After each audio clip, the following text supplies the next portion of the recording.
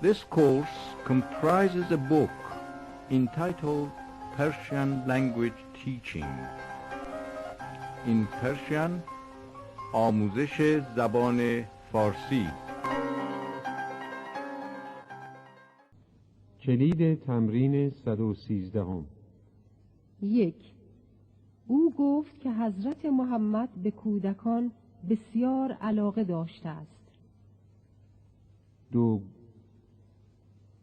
او گفت که با بچه ها به احترام رفتار می کرده است. 3. او گفت که پیش از آن که کودکان به پیامبر سلام کنند او به آنها سلام می کرده است. 4. او گفت که او همیشه درباره بچه ها به مسلمان ها سفارش می کرده است. 5. او گفت که پیامبر می فرموده است که کودکان را گرامی بدارید. 6.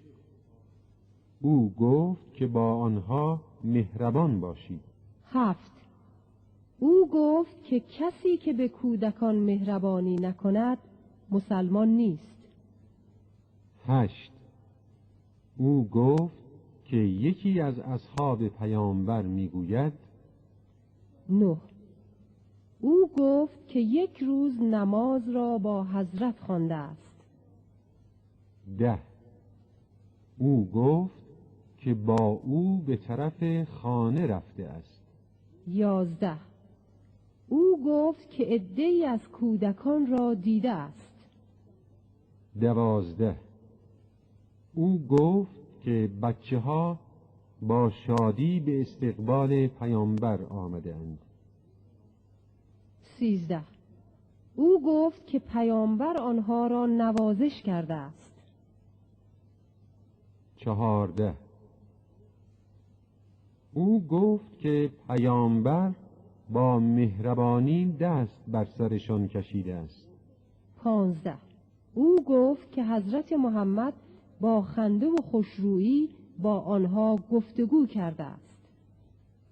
صفت منفی: نادرست، ناراحت، ناتمام.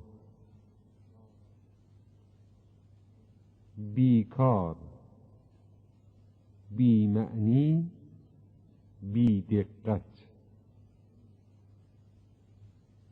مصدر منفی: نبودن، نرفتن، کار نکردن.